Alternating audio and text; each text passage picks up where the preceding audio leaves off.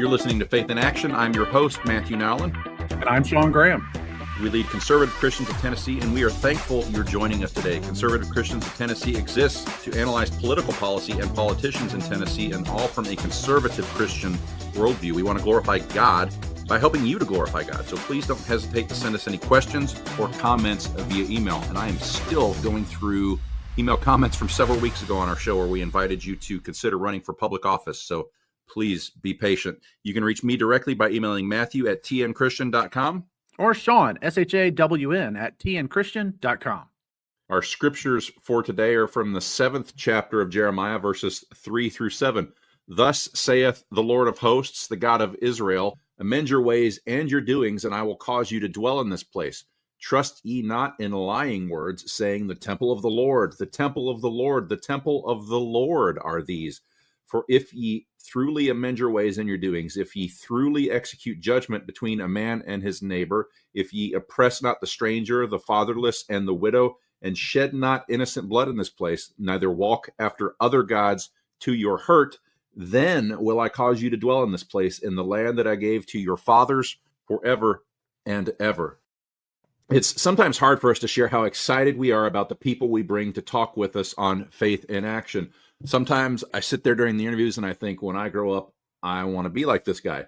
One former guest that I'd like to be like when I grow up is right now going through the Trump administration vetting process. The Lord has truly put wise and amazing people in our path, and it's our joy to share these conversations with our amazing audience. So we want to say thank you for your feedback, for your faithfulness to tune in each week. We'd appreciate it if you'd even drop a note to Bot and let them know that the show blesses you. Listeners, we're thankful for you. Just like you, we're impressed with all these amazing people who God is using to do his work in our age. And at Christmas, I'd just invite you to please pray. Can you imagine going through a vetting process going into the holidays? It'd be really stressful. So keep these folks in your prayers. Today, we're happy to have another guest that I'd like to be like when I grow up. Josh Abbotoy, the executive director and co-founder of American Reformer, and he's back with us. He's the managing director at New Founding.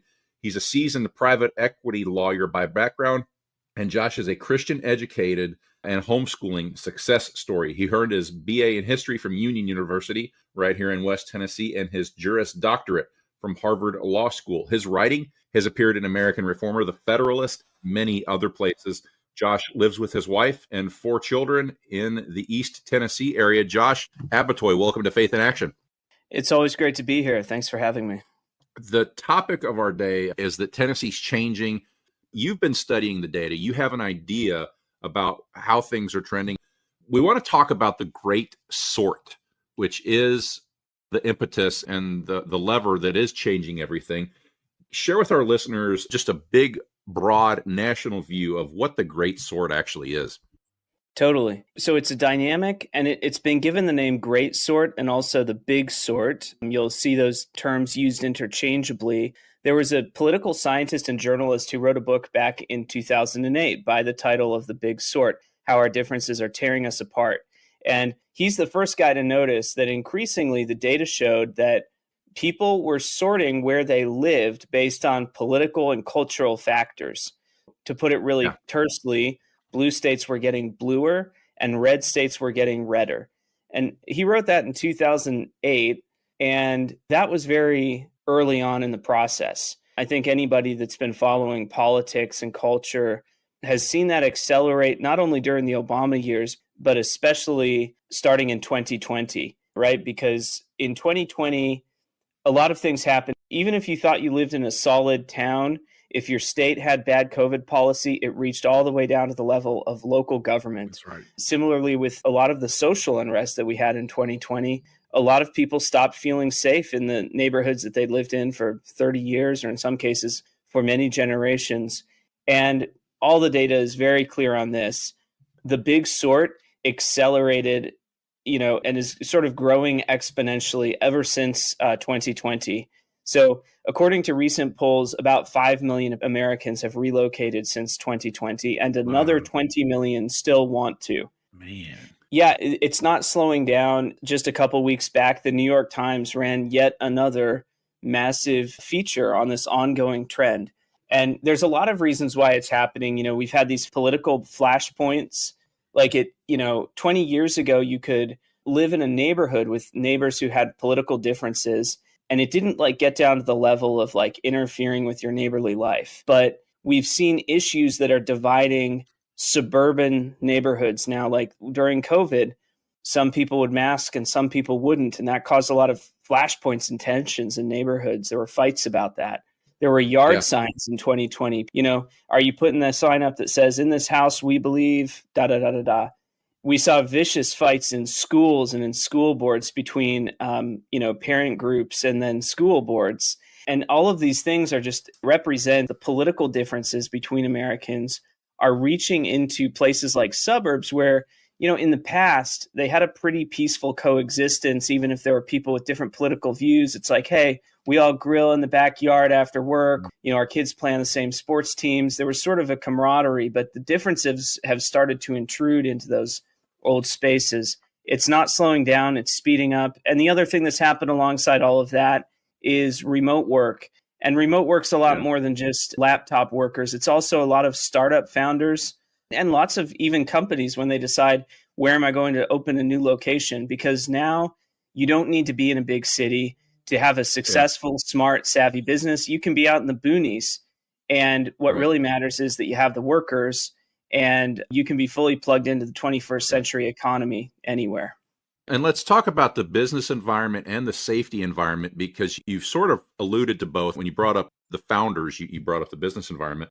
Decisions, traditional business havens like Delaware, with the recent just series of decisions against Elon Musk. I mean, man, that's got to be driving people towards states like Texas and Tennessee that have a really robust environment to protect businesses. States like Texas that have really robust capital environments, but also just the lawfare isn't just targeting businesses. You brought it up with the safety thing, and in a state like Tennessee, the great sort, we're not seeing, as Tennessee is growing rapidly, we're seeing Memphis shrink rapidly because of foolish leadership by the Memphis City Council, foolish leadership by the Memphis mayor. They're hostile. And they're going to force the state eventually. I predict within the next 20 years, if things don't change, they're going to split Shelby County in half, and the state will create a new county, which will benefit from the great sort that you're talking about. Tell us about where people are sorting to in Tennessee. Right. The story for the last 10 years has been the city that grabs the headlines is Nashville, and then to some extent Knoxville.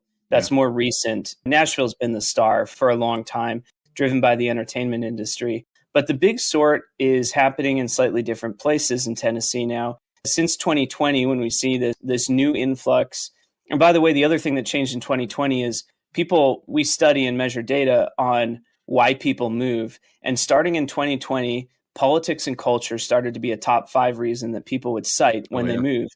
Okay. Yeah. So the conservative Californians who are deciding to pick up roots and come to Tennessee, oftentimes when they come here, they're looking at rural areas. If they're going to the Nashville area, they're looking at Williamson County. And, you've seen a lot of the grassroots agitation politically in Williamson County. A lot of that is actually recent California transplants.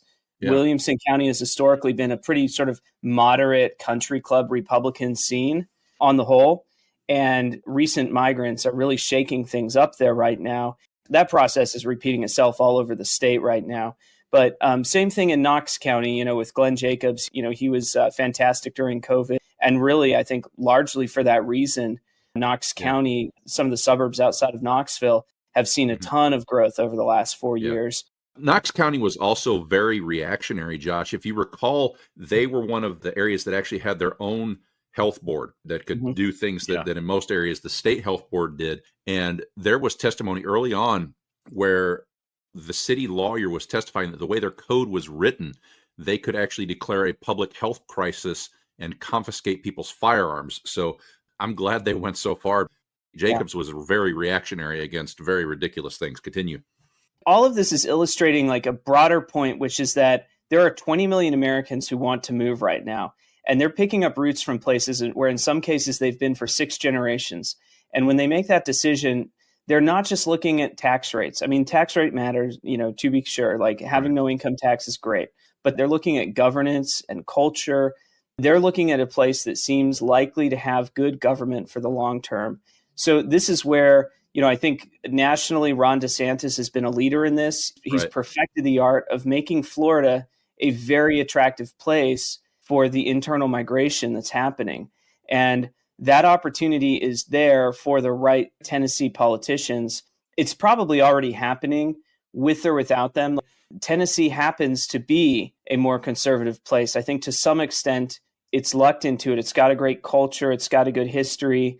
And I don't think a lot of the growth we've seen is necessarily intentional targeting of these migrants in the way that DeSantis has. That's right. But I think there's even a greater opportunity to shape how the migration happens. And it's not just the people, but it's the businesses. And one thing I will say that's been good is the extent to which, various businesses associated with Elon Musk have been domiciling here in Tennessee. It's an attractive place for artificial intelligence and data centers. There's good electricity availability here, and that's been very good for business. But there's opportunity for much more of that sort of thing, and probably much less, things like the Blue Oval City, to some extent, would change the state in a different way politically than I think we might have the opportunity to pursue.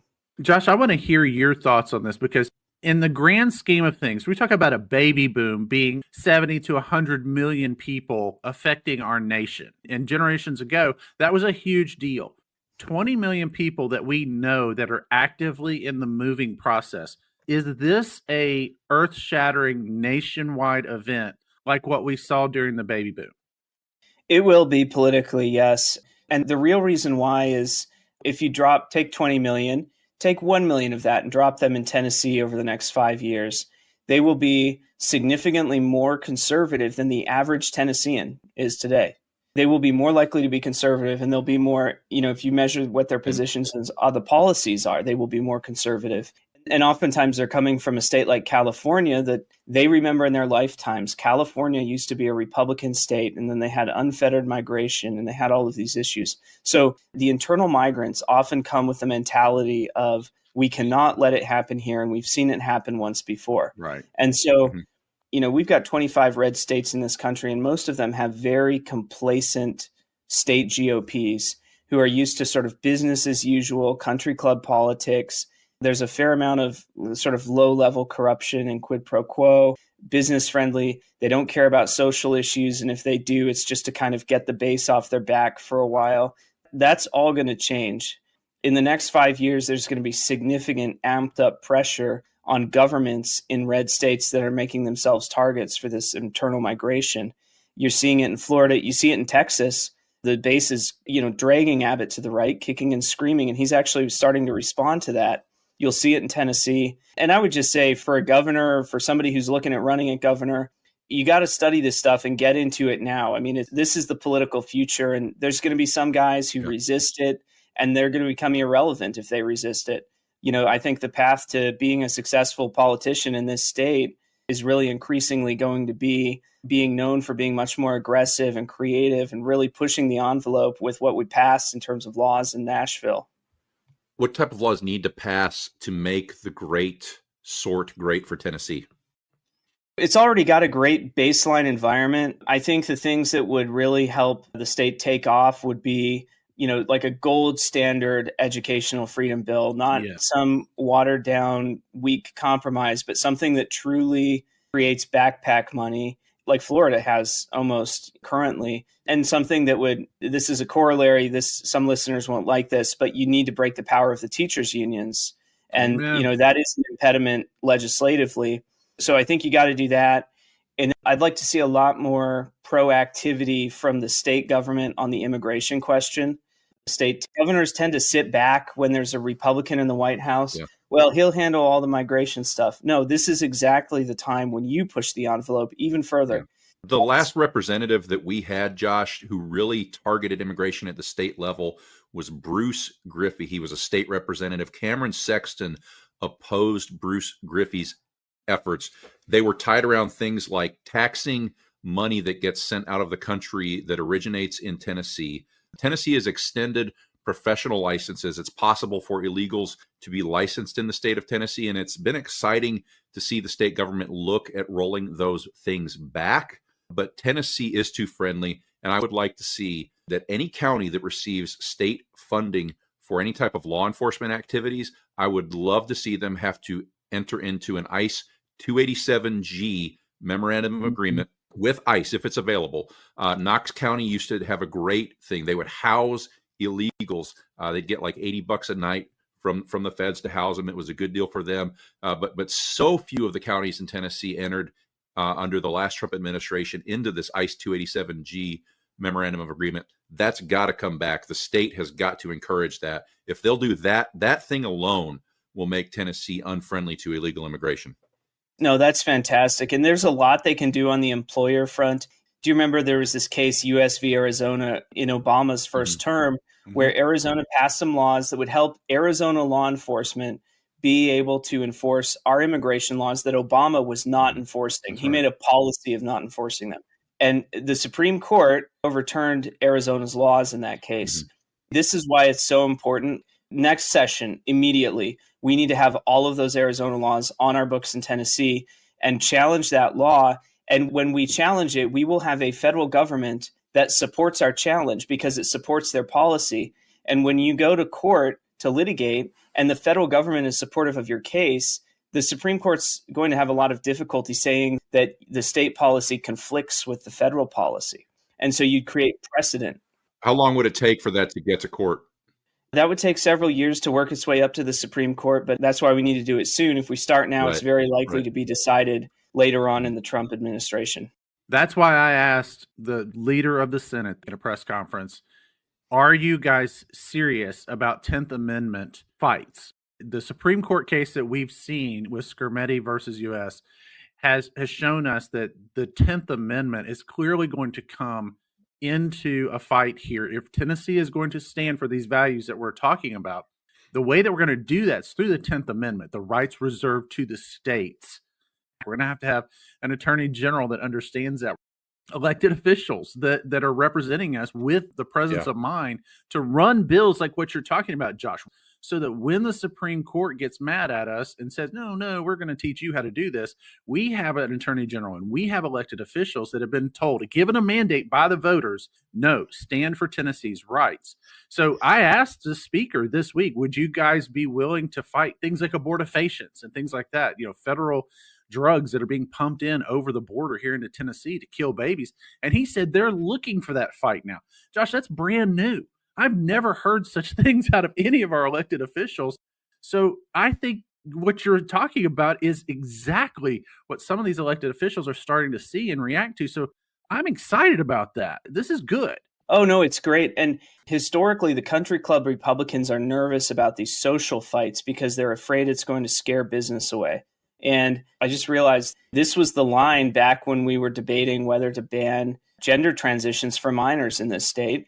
And literally, Oracle announced that it was moving here a week roughly after we passed the law that banned these experiments on minors. And it turns out there's a ton of businesses that are willing to do business here, even if we are pushing the envelope on social issues. Right. And pushing the envelope on social issues, it's like a filter. It guarantees that we recruit out the businesses that actually fit in with what our culture is here in this state. So there's sort of a double whammy. Like when you pass a social conservative law, you're helping maintain the political and cultural character for the long term. You're ensuring that Tennessee continues to be a magnet for the right kind of voters.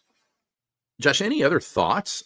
I want to reiterate something very directly to Nashville politicians and just establishment politicians who might listen to this show or take notes. This is really important. You will hear establishment guys, they will get up and say, people move to Tennessee because we don't have an income tax and because we have a small government. And I am not demeaning those things. Those things, like, they're nice to have, sure. But, part of why they really like Tennessee is the cultural character. They like the fact that a lot of the small towns around here, you can go to the courthouse and see the 10 Commandments standing in front of it. They like the fact that it's the Bible Belt and that there's actually public expressions of Christianity. They like the traditional nature of Tennessee and the fact that we don't have a ton of large cities that are completely cosmopolitan and homogenous like every other city in the country.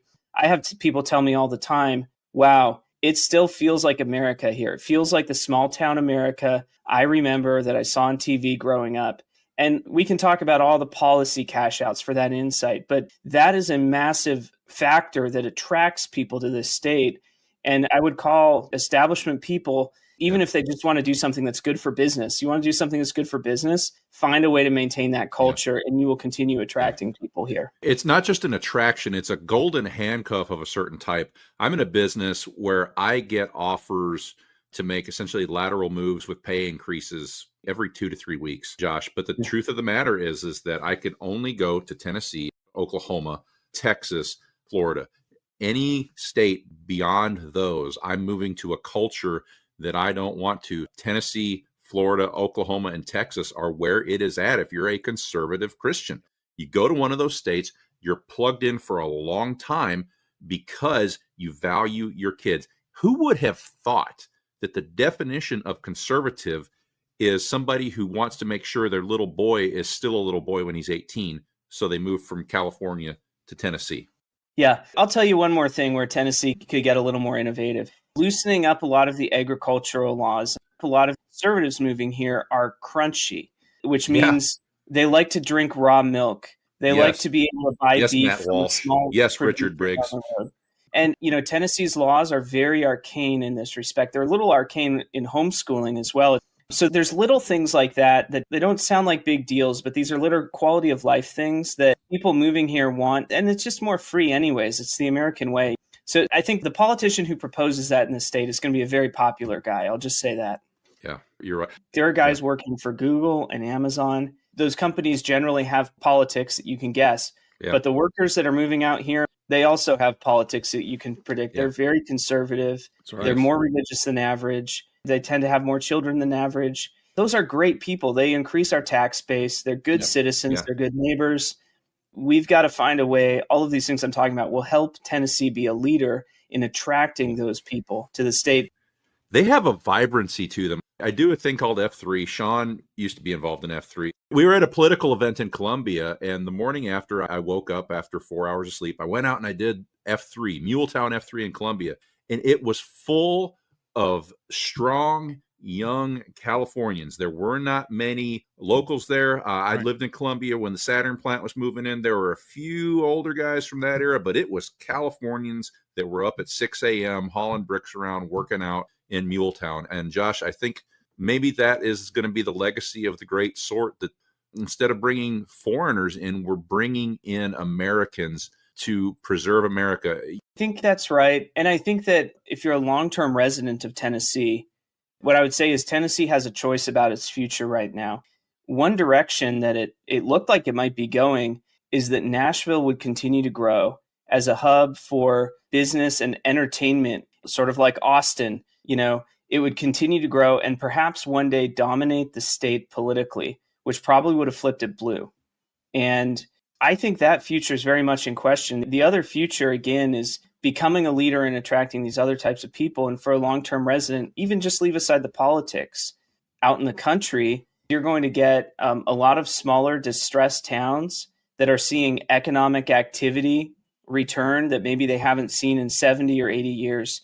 A lot of the small towns in the eastern side of the state are 33% below their population peaks that they hit before World War II. And they have all these empty buildings in their downtown squares. It's going to be beautiful to see some economic activity flowing back into these towns. They got gutted after World War II, brain drain, money left these communities. You don't need a lot, but, you put 100 high-income households in each county in East Tennessee, and that really makes life better for everyone. It creates jobs locally, and it's not an extractive or parasitic thing. It's not people coming to visit on the weekend and making the traffic bad. It's people that want to live there long-term and be good neighbors. And they're going to be a little different, but they're going to be there for the long term. So they're going to learn the manners. Eventually, they're going to fit in. They want to come here and be part of the community. They like it the way it is, and they don't want to change it. That's true. That is so good. Josh, you have any articles out? Of course, everyone check out AmericanReformer.com. Yeah. I write about this all the time. I do have a big article that's going to be coming out in American Reformer on some of these subjects. I wrote in the Federalist a couple months back. If you just go to the Federalist and Google my last name, you can find it there. And I've got some other forthcoming articles in different publications, some big ones coming out. So yeah, I'm trying to get the message out. Primarily I want Tennessee politicians to start tracking these trends really closely and really leaning into them. What we have here is a generational opportunity. I grew up in Tennessee. I want Tennessee to be the best state in the country. I want it to be the leader at capturing this political opportunity. Amen. I love Tennessee, Josh. My family has been here since the 1840s. We can't have kids unless we come back up the river to Memphis. We're like salmon. So I think there's a lot of love for the state in this conversation. Folks, that's going to do it for another episode of Faith in Action. We're thrilled to talk with you each week in Nashville, Memphis, and all over Tennessee as we talk about more ways to put your faith in action. Folks, if you want to hear more on this or other topics from a Christian worldview, head on over to botradionetwork.com and search for Faith in Action. There we have links to 5 years of past shows. You can listen to a wide range of guests sharing their wisdom about current events that affect Tennessee and the entire nation. And until next week, remember, the Lord shall reign forever and ever.